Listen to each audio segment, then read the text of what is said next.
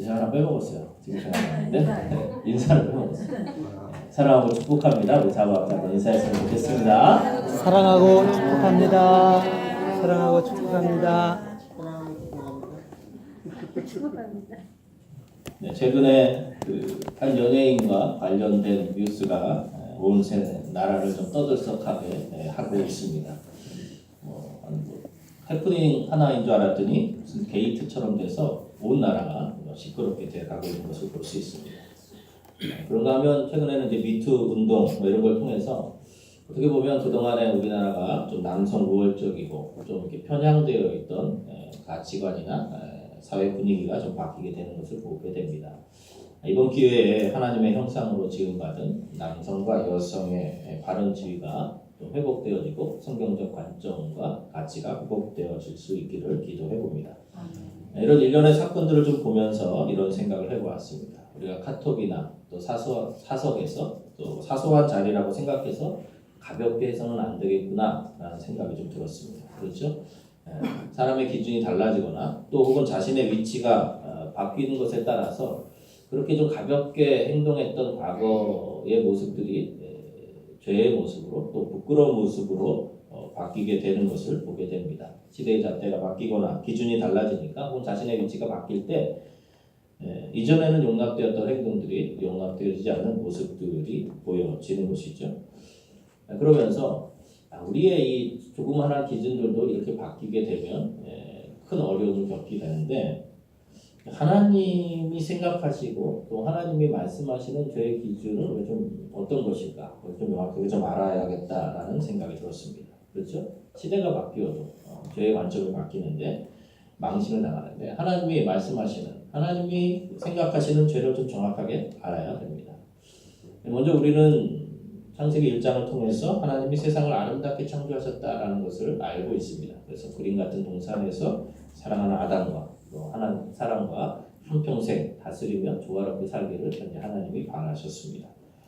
성경은 하나님의 기쁨을 위해서 또 하나님의 영광을 위하여서 사람이 지어졌다. 그래서 하나님의 형상으로 지음받았다라고 말씀하고 있습니다. 그런데 이 하나님의 평화가 사람과 하나님 사이의 평화가 관계가 깨어졌습니다. 그래서 고통이 찾아왔습니다. 오늘 창세기 3장에서 이 고통이 깨어진 원인 그리고 죄의 본질 그리고 그 해결책을 하나님이 우리에게 가르쳐 주고 있습니다. 먼저 우리가 1절을 다시 한번 읽어보도록 하겠습니다. 1절 시작. 그런데 뱀은 여호와 하나님이 지으신 들짐승 중에 가장 강교하니라. 뱀이 여자에게 물어 이르되 하나님이 참으로 너희에게 동산 모든 나무의 열매를 먹지 말라 하시더라. 먼저 1절에서 우리가 좀 잘 알고 있는 것처럼 뱀이 하나님의 사람인 하와를 유혹합니다. 근데 뱀은 들짐승 중에 가장 간교하다 이렇게 기록되어 있습니다. 그래서 많은 사람들이 생각하기를 이 뱀이 나쁘다 이렇게 이야기를 합니다. 그렇죠? 그래서 이 뱀이 지금의 뱀과 똑같으냐 다르냐 이런 생각을 하는 거예요. 뱀이 아주 간교하다 그러니까 뱀은 좀 나쁘게 생각을 합니다. 그래서 뱀이 괜히 지금도 좀 구박을 받아요. 제가 생각해 보면 뱀이 특별히 우리에게 나쁜 짓을 한 건 없거든요. 자기를 해하려고 할 때 물긴 했지만 뭐 괜히 와서 물지는 않잖아요. 근데 우리가 뱀 보면 어떻게 다 징그럽다 그러고 막 이렇게 피한단 말이죠. 뱀은 이유 없이 싫어해요. 우스갯소리로 그런데 한국의 에덴 동산에 한국에 있었다면 이 뱀이 하와를 유혹하지 못했다고 합니다. 왜 그랬을까요? 잡아먹었어요. 뱀을 좋아하거든요. 하와 근처에도 못 갔을 거래요. 또 신천지에서는 뱀은 거짓 목자다 이렇게 얘기합니다. 이것은 맞아요. 뱀이 말을 못하니까 뱀이 여기서 말을 했다고 하는 것은 사단의 뱀의 모습을 한 사단이라고 말합니다. 이단들의 특징은 절반만 맞는 거예요. 여기까지는 맞는데 그 다음 말부터 그래요. 그러면 뱀이 누구냐? 뱀은 거짓 목자인데 이 거짓 목자 뱀은 초대교회는 바리새인이고 그리고 지금은 모든 교회다. 모든 교회가 다 거짓 목자다. 자기들만 빼놓고 그래서 모든 교회가 다 거짓 목자다 이렇게 이야기를 합니다. 그러니까 계속해서 이 뱀이 어떤 존재냐? 뱀이 나쁘냐? 그리고 뱀이 무엇이냐, 누구냐, 어떤 존재냐 이것이 이제 사람들이 궁금해하는 것입니다. 우리가 좀 먼저 생각해 볼 것은 뱀 자체로 악하거나 나쁘다고 할 수 없습니다. 오늘 성경에서 이 간교하다라는 단어도요, 아롬이라는 뜻인데요, 아로마 할 때 향기 뭐 이런 뜻이잖아요. 이 지혜로운, 슬기로운 뜻도 있는 거예요. 그러니까 뱀이 슬기롭다 이런 표현도 되고요, 간교하다 이런 표현도 돼요. 성경에서는요 한 단어를 가지고 똑같은 단어인데 누가 쓰냐에 따라서 다르게 해석되는 경우가 종종 있습니다. 시편 1편을 보면 하나님의 말씀을 묵상하는 사람의 복에 대해서 나오지 않습니까? 그런데 그 묵상하다라는 단어가 시편 2편에도 또 나오는데 시편 2편에서는 민족들이 헛된 일을 꾸미는가 그랬을 때 이 꾸민다라는 게 묵상하다라는 단어예요. 그러니까 시편 기자가 어떻게 생각하냐면 하나님의 말씀을 자꾸 생각하는 것 이런 것은 묵상이라는 단어로 표현을 썼고요. 하나님의 말씀이 아니라 사람들이 모여서 뭔가 일을 꾸미는 것 이거는 꾸민다라는 표현을 쓴 것이에요. 그러니까 누가 하냐에 따라서 또 무엇을 하냐에 따라서 묵상과 헛된 일을 꾸미는 것이 구별이 되어지는 것이죠. 그러므로 단어 하나를 가지고 이것이 좋다 나쁘다 이렇게 말할 수가 없는 거예요. 또 당시 이스라엘에서는요 뱀은 애굽의 신을 가르쳤어요. 그러니까 뱀은 권세를 가진 혹은 능력을 가진 그 어떤 것이라고 표현을 할 수 있죠. 그래서 시대를 따라서 또는 권력의 모습으로 또 때로는 다른 모습으로 하나님의 사람의 기쁨을 빼앗고 하나님을 대적하게 하는 그 권력을 가지고 어떤 것이라고 보는 것이 우리에게 좋습니다. 사도 바울은요 갈라디아서를 쓰면서 이렇게 얘기했어요. 그러나 우리나 혹은 하늘로부터 온 천사라도 우리가 너희에게 전한 복음 외에 다른 복음을 전하면 저주를 받을지어다 이렇게 했어요. 그러니까 사도 바울이 복음을 전했는데 사람들이 속히 그 복음을 떠나서 다른 복음을 쫓아가는 것을 이상히 여기면서 하늘로부터 오는 천사의 모습을 하고 있을지라도 그렇죠? 다른 복음을 전하는 거짓 사도들이 하늘로 온 천사의 모습을 하고 있을지라도 그것에 속지 말아라 이렇게 하는 것이죠. 그러니까 시편 기자에게도 또 바울에게도 때로는 하나님의 동산 안에 있더라도 복음 안에 있더라도 아담과 하와를 유혹한 뱀처럼 우리를 끊임없이 유혹하는 모습이 있다라는 것이죠. 그러니까 그때만 동산에서만 뱀의 모습이 아니라 어떤 하나님의 말씀에서 멀어지려고 하는 그런 간교함이 우리에게 끊임없이 있습니다. 때로는 이성으로, 때로는 과학으로, 때로는 세상의 방식으로 우리에게 찾아오는 것이 뱀의 존재의 본질인 것을 보게 됩니다. 그러니까 동물로서의 뱀을 무서워할 게 아니라 우리를 하나님의 기쁨으로부터 빼앗으려고 하는 그 무엇이 무엇인가에 대해서 우리가 좀 생각을 해봐야 되는 것이죠. 그렇다면 뱀이 어떻게 이 사람을 무너뜨리고 넘어뜨리는가를 자세히 보면 동일하게 우리의 삶 속에서 어떻게 하나님으로부터 우리를 멀어지게 하는지 유혹하는 방식을 우리가 잘 알 수 있습니다.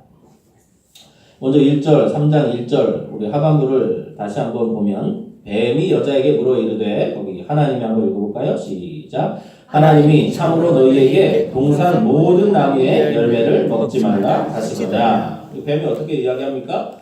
참으로 너희에게 동산 모든 나무의 열매를 먹지 말라 하시더냐. 하나님이 말씀하신 것을 인용을 합니다. 그런데 자세히 보면 하나님이 말씀하신 것 그대로 하지 않았던 것을 볼 수 있어요. 바로 옆에 여러분 2장 16절, 17절을 한번 비교해 보면 되는데요. 옆에 2장 16절 우리 그냥 읽어보겠습니다. 시작. 여호와 하나님이 그 사람에게 명하여 이르시되 동산 각종 나무의 열매는 내가 임의로 먹되 17절 시작. 선악을 알게 하는 나무의 열매는 먹지 말라. 내가 먹는 날에는 반드시 죽으리라 하신다. 하나님이 어떻게 말씀하셨어요? 동산 각종 나무의 열매는 임의로 마음대로 먹어라. 이렇게 마음대로 모든 나무의 열매를 마음대로 먹으라. 근데 어떻게 해서 지금 사단은 뱀은 어떻게 해요? 마음대로 먹으라를 빼먹어요. 다 먹으라고 그랬어요. 다 먹으라고 그랬는데 그거 빼먹고 동산 나무의 모든 나무의 열매를 먹지 말라 하느냐. 그렇죠. 빼고 첨가해서 인용을 하고 있는 것을 볼 수가 있습니다. 그러니까 그 말에 뱀의 유혹을 들은 하와도 마찬가지죠. 하나님의 말씀에 뭐라고 얘기했어요? 선악을 알게 하는 나무의 열매 그거 하나만 먹지 말아라 이렇게 했어요. 원래 가운데 생명나무 열매도 있거든요.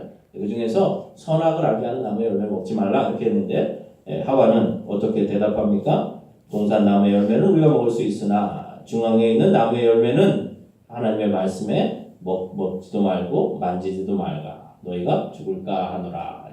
죽는다 그랬는데 어떻게 했어요? 죽을까 하노라. 그리고 생명나무의 존재는 빼어버리게 됩니다.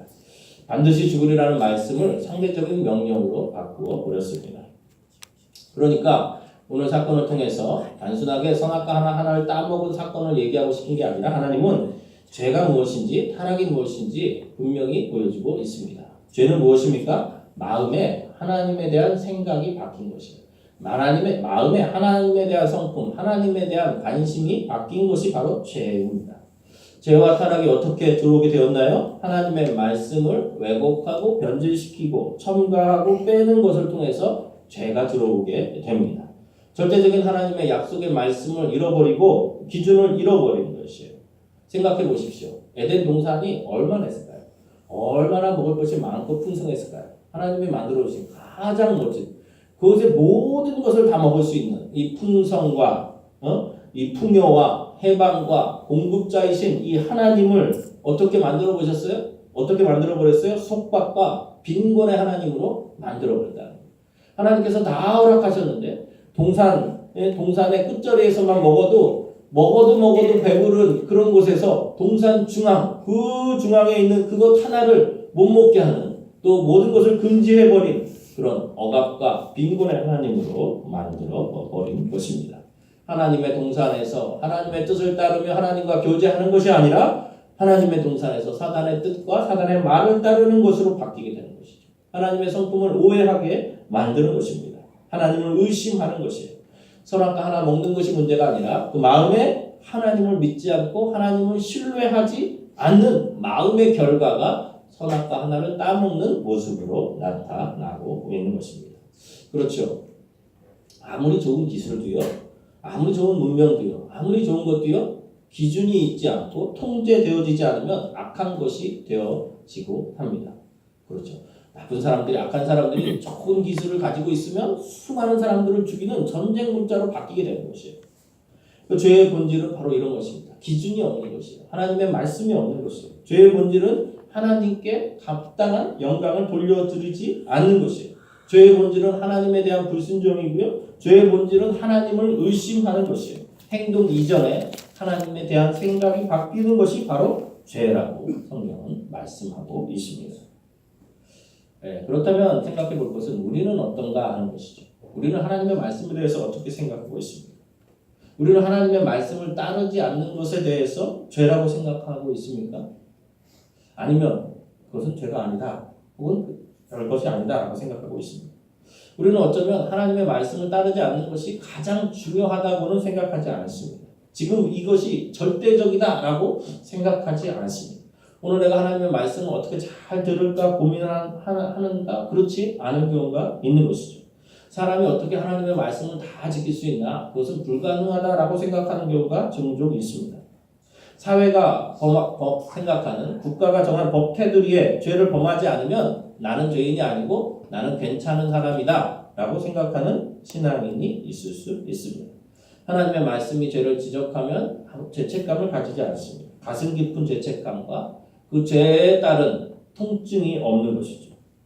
내가 직장에서 대우받고 또 이렇게 선한 일을 하고 있기 때문에 나는 선한 사람이다 라고 생각하는 경우가 종종 있습니다.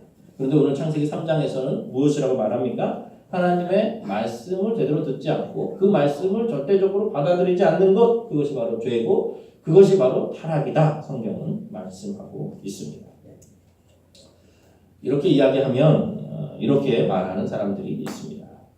하와가 직접 못 들어서 먼저 유혹에 넘어갔다는 거죠. 아담에게 말씀했는데 하와가 나중에 들어가지고 그랬다는 거죠. 이유는 저도 하나님 말씀을 들었으면 괜찮을 텐데 하나님 말씀 제가 직접 안 들어서 그렇습니다. 이렇게 변명하는 것이에요. 그렇죠? 하나님 말씀도 들리면 좋은데 안 들린다 이런 것이죠. 우리도 직접 하나님의 말씀을 들었다면 나도 좀 할 수 있을 텐데 이렇게 변명하는 것입니다. 그런데 생각해 보면 오늘 본문을 보면 아담 혼자 들은 것이 아니라 또 직접 듣지 못해서 그런 것이 아니라는 것을 볼 수 있습니다. 오늘 1절을 다시 한번 보면 뱀은 여호와 하나님이 지으신 들짐승 중에 가장 간교하니라. 뱀이 여자에게 물어이르되 하나님이 참으로 누구에게? 너희에게 너희에게. 3절 보세요. 동산 중앙에 있는 나무의 열매는 하나님의 말씀에 누구는 너희는 먹지도 말고 만지도 말라. 분명히 이야기하고 있어요. 그리고 4절 또 볼까요? 뱀이 여자에게 이르되 결코 너희가 결코 죽지 아니하리라. 지금 오늘 본문 가운데 무엇이라고 얘기하고 있습니까? 너가 아니라 너희라고 분명히 얘기하고 있어요. 너희에게. 그러니까 이게 아담과 하와가 같이 있었다는 것이죠. 오늘 본문 이전에 아담과 하와의 관계가 어땠냐면 바로 25절을 보면 아담과 그의 아내 두 사람이 벌거벗었으나 부끄러워하지 아니하였더라. 이게 단순히 옷을 벌거벗었다는 의미가 아니라 어떤 거예요? 이 아담과 하와가 그만큼 투명한 관계였다는 거예요. 모든 것을 소통하는 관계였다는 거예요. 가깝고 밀접한 관계였다는 거예요. 이게 비밀이 없었다는 관계였어요. 그런 그런 관계였는데 아담 혼자 들었다고요? 말이 되지 않습니다. 에덴 동산에서 생각을 해봤더니 하나님께서 원래 이어폰 주고 아담에게만 이어폰 주고 이렇게 비밀리에 했냐는 거예요. 그렇죠? 그렇지 않죠. 하나님이 말씀하시면 다 듣는 거예요. 아담에게 말씀하셨지만 모두가 다 듣고 있는 것이죠. 성경도 마찬가지죠. 모세에게 하나님께서 하나님의 음성을 들려주셨습니다. 그리고 그 말씀을 모세가 이야기합니다. 그러면 이스라엘 백성들이 하나님의 말씀을 직접 들은 것입니까? 아니요. 모세에게 들려준 말씀 그리고 그거 모세가 기록한 그 말씀을 듣고 하나님의 말씀으로 받아들인 것입니다. 결국 오늘 우리에게 중요한 것은 아담을 통해서 들었건 아담에게 말하는 것을 들었든지 하와가 들은 것은 사람의 소리가 아니라 누구예요? 하나님의 말씀을 들은 것입니다. 동일하게 오늘 우리에게도 하나님의 말씀을 듣는 자세가 필요한 것이지요. 우리가 하나님의 말씀을 직접 들어야 되는 것이 아니에요. 하나님의 음성으로 귀에 들려야 되는 것이 아니라 동일하게 어떻게 해요? 하나님의 말씀으로 이 성경이 하나님의 말씀으로 들려지는 말씀으로 우리 가운데 들려야 되는 것입니다. 설교를 들을 때도 마찬가지고요. 성경 공부를 할 때도 마찬가지고요. 통독을 할 때도 마찬가지고요. 우리가 필사를 하면서도 어떻게 해야 돼요? 그 필사를 하면서 그 말씀이 하나님의 말씀으로 정말 내 심령 가운데 들리고 그 말씀을 들을 수 있어야 뱀의 유혹에서 벗어날 수 있는 길입니다. 여러분 이것은 사울이 실패했던 지점이었습니다. 하나님이 아말렉에 칠 때 모든 생명을 다 멸하라고 그랬어요. 아담을 살려두었을 뿐만 아니라 좋은 짐승들을 자기가 보기에 좋은 짐승들을 다 살려두었어요. 그때 하나님이 사무엘을 통해서 그에게 이렇게 말씀하십니다. 사무엘상 15장 22절 23절인데요. 본문 한번 같이 한번 읽어보도록 하겠습니다. 시작. 사무엘이 이르되 여호와께서 번제와 다른 제사를 그의 목소리를 청하는 것을 좋아하시는지 좋아하시느냐. 순종이 제사보다 낫고 듣는 것이 순양의 기름보다 나으니. 오늘 말씀에서 무엇이라고 얘기합니까? 순종이 제사보다 낫고 듣는 것이 순양의 기름보다 낫다라고 말씀합니다. 그래서 이 하나님의 말씀을 듣고 순종하지 않은 것이 왕이 여호와의 말씀을 버렸으므로 왕이 하나님의 말씀을 버렸다.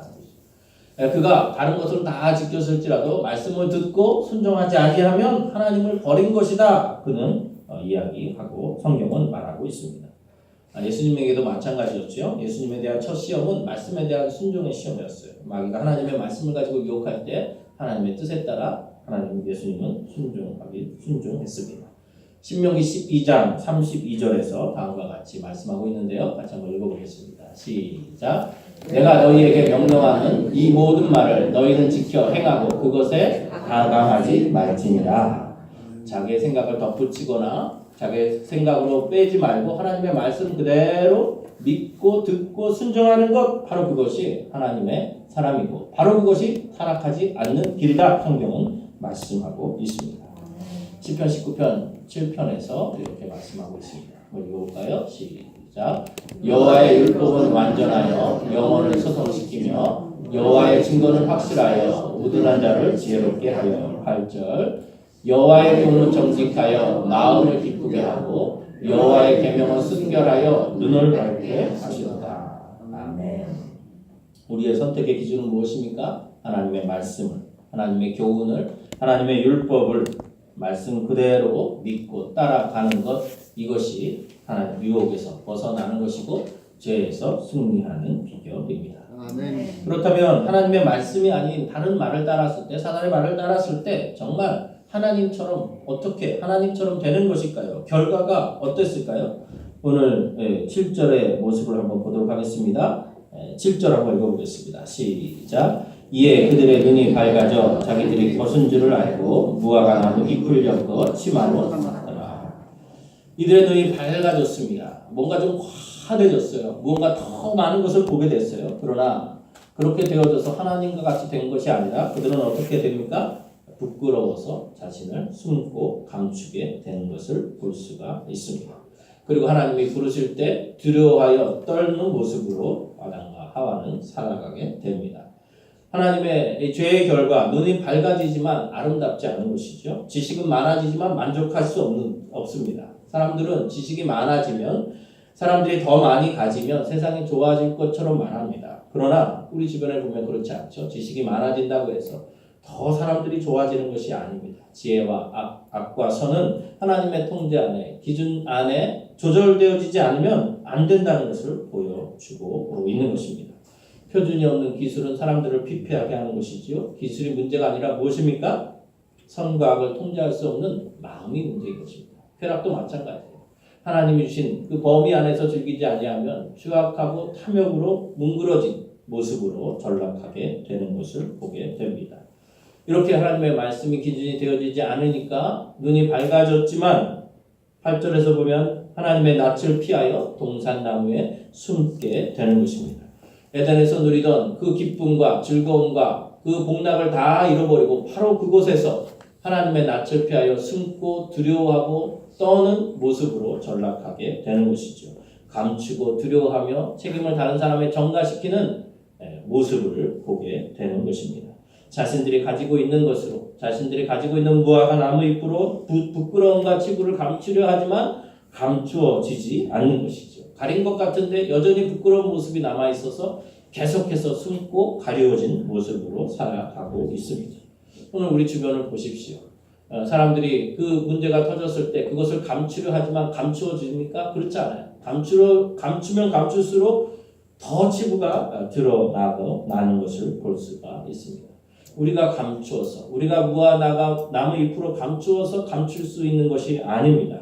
하나님께서 가리워 주시고 그분께서 덮어 주셔야만 치료되고 회복되어지고 온전케 되어지는 것을 볼 수가 있습니다. 이사야 53장 5절 6절에서 성경은 우리에게 이렇게 말씀합니다. 읽어보겠습니다. 시작.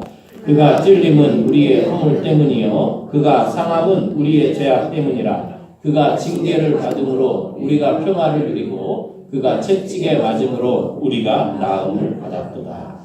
6절. 우리는 다 양 같아서 그릇 행하여 각기 제 길로 갔거늘 여호와께서는 우리 모두의 죄악을 그에게 담당시키셨도다. 아멘. 이것이 복음이죠. 우리의 죄와 우리의 상처와 우리의 더러움과 우리의 추함과 우리의 부끄러움을 주님께서 친히 다 담당하시고 짊어지시고 주님의 피로 덮어주시고 가리워주시고 싸매어주셨습니다. 이것이 복음이고 이것이 은혜인 것입니다. 이것을 믿고 이 예수 그리스도의 공로와 십자가를 의지하며 나아가는 것이 우리에게 참된 회복의 유일한 길입니다. 고린도후서 11장 3절에서 바울은 우리에게 이렇게 권면합니다. 읽어보도록 하겠습니다. 시작. 뱀이 그 관계로 하와를 미혹한 것 같이 너희 마음이 그리스도를 향하는 진실함과 깨끗함에서 떠나 부패할까 두려워하노라. 그 관계로 하와를 미혹한 것처럼 너희 마음이 그리스도를 향하는 진실함, 하나님은 예수 그리스도에 향한 그 진실한 믿음, 그분의 십자가와 죽음과 부활이 우리 모두를 죄악에서 구원하여 주셨다는 그 순전한 믿음, 그 진실한 믿음과 깨끗함, 순전함에서 벗어나 부패할까 두려워한다라고 바울은 권면하고 있는 것입니다. 이 하나님의 복음 외에 다른 것들에 빠지지 마시고 이 하나님 복음 외에 다른 것들에 첨가하거나 빼지 마시고 하나님의 주신 의로 하나님이 주신 옷으로 우리가 옷 입고 우리의 약점들을 감출 때 우리가 참되게 의로워질 수 있는 것입니다. 그렇다면 예수 그리스도의 십자가를 믿고 있다면 그러나 부족하고 연약해도 하나님께서 우리를 온전케 하여 주셨음을 믿으시기를 바랍니다. 하나님께서는 그 깊은 절망을 통과하여 주님이 주시는 진정한 평화와 쉼을 누리기를 원하십니다. 하나님의 다른 것들로 우리가 감추려 하고 있었다면 덮으려 하고 있었다면 그 모든 시도를 중단하시고 오직 예수 그리스도께서 주시는 새로운 옷, 새로운 의, 그분이 덮여주시는 그 보혈의 공로를 의지하고 붙잡고 나아가기를 원합니다. 수고하고 무거운 짐진 자들아 내게로 오라 내가 너희를 쉬게 하리라 주님 말씀하고 있습니다. 너희는 나를 누구라 하느냐 주는 그리스도시요 살아계신 하나님의 아들이십니다. 라는 이 믿음의 고백이 우리 모두의 고백이 되어져서 하나님께서 주시는 참된 부요함과 은혜를 누리며 나아가는 한 주간 되시기를 주님의 이름으로 축원드립니다. 기도하겠습니다.